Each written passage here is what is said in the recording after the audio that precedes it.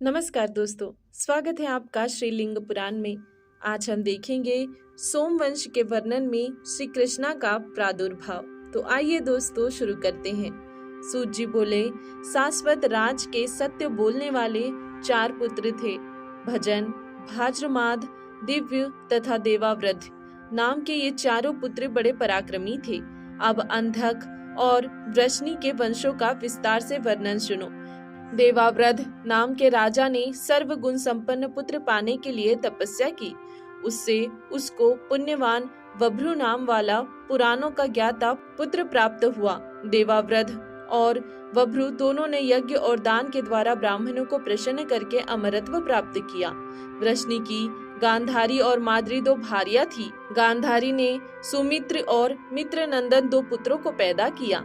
माद्री के अनमित्र और सीनी पुत्र हुए। अनमित्र ने निघ्न, निघ्न ने प्रसेन और सत्राजित 2 पुत्र हुए। सत्राजित सूर्य का सखा था। उसने सूर्य से संयमंतक मणि को प्राप्त किया था। संपूर्ण पृथ्वी पर वह राजा श्रेष्ठ था और सब रत्नों में उसकी मणि श्रेष्ठ थी। किसी समय शिकार खेलते हुए अकेला प्रसेन सिंह के द्वारा मारा गया। सनी के सत्यक नाम का पुत्र हुआ। सत्य के सत्यकी और युयुधान नाम के 2 पुत्र हुए। ये दोनों सिनी के नाती थे। युयुधान का पुत्र अशंग, उसका पुत्र पुनि का युगंधर नाम का पुत्र हुआ। माद्र के पुत्र वाशर्णी कहलाए, जिनमें सुफलक विख्यात हुआ। उसने गंदिनी नाम की काशी राज की कन्या से विवाह किया, जो बहुत वर्षों तक माता के गर्भ में स्थिर रही थी। पिता ने गर्भ में स्थित कन्या से कहा, तू उदर से बाहर क्यों नहीं आती? तो पिता से इस कन्या ने कहा कि 3 वर्ष तक एक गौ नित्य दान करो, तब मैं बाहर आऊंगी। इस प्रतिज्ञा को पूर्ण करने पर यह गंदिनी नाम की कन्या उत्पन्न हुई थी।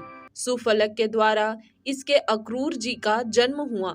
इसी वंश के एक राजा थे आहुक। उनके देवक और उग्रसेन 2 पुत्र हुए। देवक के देववान, उपदेव, सुदेव, देवरक्षित 4 पुत्र हुए। देव की आदिक 7 बहिन हुई, जिनको वासुदेव जी ने ब्याह लिया। उग्रसेन के 9 पुत्र थे, जिनमें कंस बड़ा था। वासुदेव की स्त्रियों में रोहिणी ने हलायुध बलराम को पैदा किया। देवकी ने वासुदेव द्वारा भगवान कृष्ण को पैदा किया। उमा के देह से उत्पन्न भगवती योग निंद्रा यशोदा के गर्भ से जन्मी। वह साक्षात प्रकृति और भगवान कृष्ण साक्षात पुरुष थे, जो धर्म मोक्ष के देने वाले चतुर्भुज वाले शंख, चक्र, गदा, पद्म धारण किए हुए जगत की रक्षा के लिए उत्पन्न हुए। उनको वासुदेव जी ने यशोदा को समर्पण किया और कन्या को लाकर कंस के लिए दिया। कंस पुरानी आकाशवाणी को स्मरण करके कन्या को मारने को तैयार हुआ। तब कन्या उसके हाथ से छूटकर आकाश में अष्टभुजी देवी बनकर उससे कहने लगी कि तू मुझे क्या मारता है? तेरा मारने वाला तो संसार में पैदा हो गया है। श्री कृष्ण की 16,108 रानियां थी। उनमें सबसे प्रिय और श्रेष्ठ रुक्मणी थी। कृष्ण ने पुत्र के लिए शिव की बहुत समय तक तपस्या की। तब उन्हें चारुदेशन, सुचारु, प्रद्युम्न आदि पुत्र शिव की कृपा से प्राप्त हुए। फिर जम्बवती के आग्रह से कृष्ण ने बहुत तप किया। तब प्रसन्न होकर रुद्र भगवान ने वरदान दिया।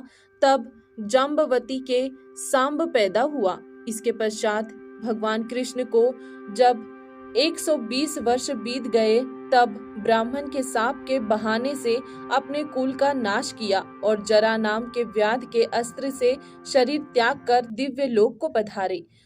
अष्टावक्र के साप से कृष्ण की भार्या चोरों ने अपहरण कर ली। बलराम जी शरीर को त्याग कर शेषनाग होकर चले गए। कृष्ण की रुक्मणी आदि पटरानी अग्नि में प्रवेश कर चली गई। रेवती जी बलभद्र के साथ अग्नि में प्रविष्ट हुई।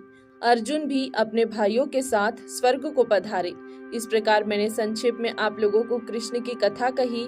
हे ब्राह्मणों, इस चंद्र वंश के राजाओं के चरित्र श्रद्धा से पढ़े, सुनावे या ब्राह्मणों के मुख से सुने, वह निसंदेह वैष्णव लोक को जाता है।